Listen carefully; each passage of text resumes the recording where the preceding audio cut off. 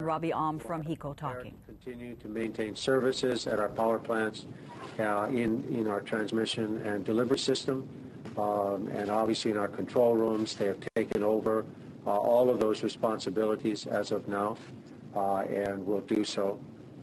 Part of the challenge, of course, is, as you know, as a result of the storm, we have a system that is struggling right now, particularly in the Ewa Beach area. We do have management crews to see what we can do about the Ewa Beach situation in particular this evening, and we will do our best to restore as much of that service as possible. I don't want to guarantee that. Obviously, we don't have our normal full crews out there doing it. Estimated, we have about 8,000 customers out total. Most of those are in the Ewa Beach area, and that is the area we're focused on immediately. We were, as you can probably guess, preparing ourselves for this.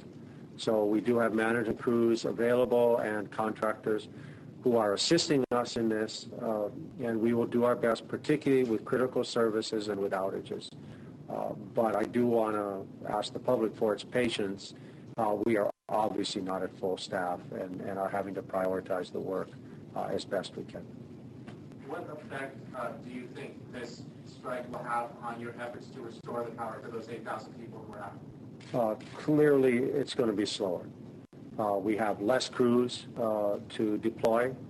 There are crews on their way out there to pick up the situation. The union, to its credit, safely closed up all work sites and came back and delivered all the equipment in good shape, and management crews picked up from there and have gone back out to the work sites to attempt to finish the job necessary in the Ewa Beach area. Are you at all able to give even a rough estimate of when that power might be restored to these folks? No, we are not. They're going to do their best this evening to get as many people back on as possible, but we'll know probably more in another hour or two.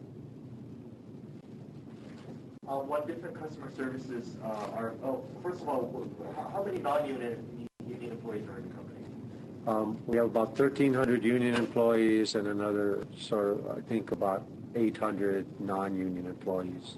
What customer services are affected as a result of this lockout? Power should be available to everybody unless we have a specific outage problem. So we're assuming that we'll be able to run the power plants and power lines to provide regular service to everybody. The biggest challenge will be when we get outages. So we have the storm-related outage to deal with today.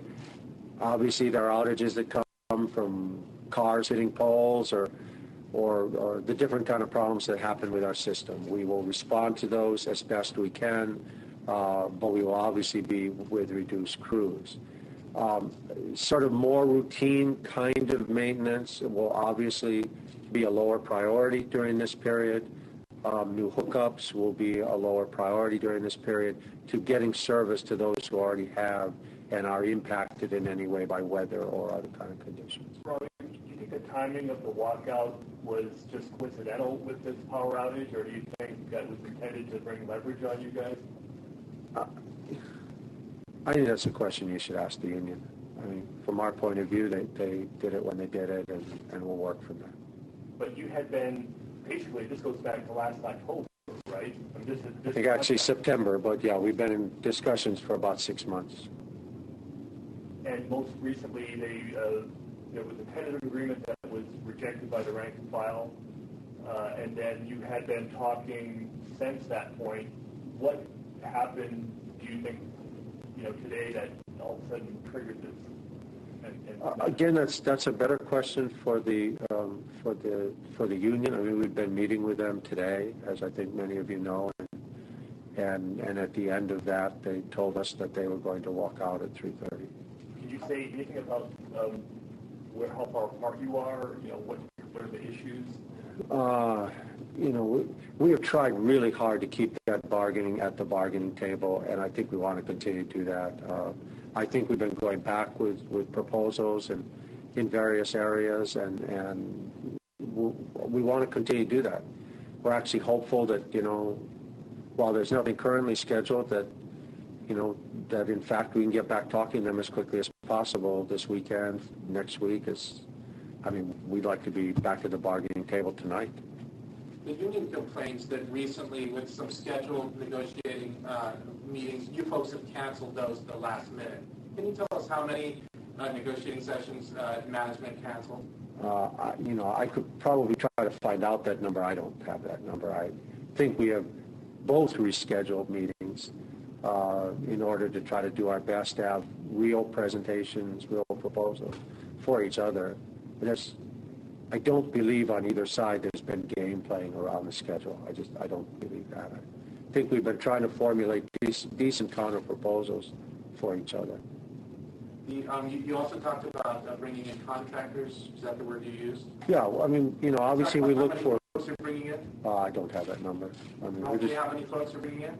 Don't have that number. We try to find people who are willing to help us with maintaining basic service in the meantime. And what kind of jobs will they be doing during this strike? The full range. Right, there you of have it. essential Hawaiian Electric Executive Vice President Robbie Alms talking about the strike and how they're handling the situation, not only the strike, but the fact that 8,000 Oahu customers at this hour are still without power. Of course, that all comes from the heavy rain and wind that whipped through the island overnight, toppling trees and bringing down power lines in the Ewa area and the Kapolei area. Most of those outages in the Ewa Beach area right now.